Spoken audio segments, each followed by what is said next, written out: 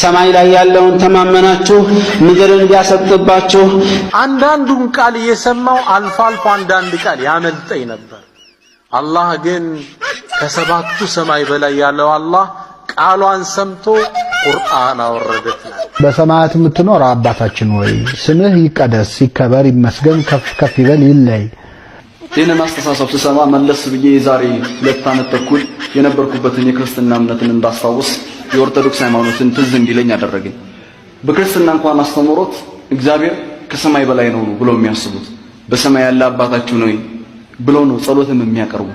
ታዲያ ይህንን አስተሳሰብ እንግዲህ ሱብሃንአላህ በጣም ይገርማችሁ ነገር ይህንን አስተሳሰብ ክርስቲያኖች እየተጋሩት የኦርቶዶክስ እምነት እየተጋራው በሙስሊም ስም የሚመጣ አላህ ከላይም ከታችም ከቀኝም ከግራም የለም ብሎ የሚያስተምር ይሄን አስተሳሰብ የትኛው ልቦና ነው የሚቀበል?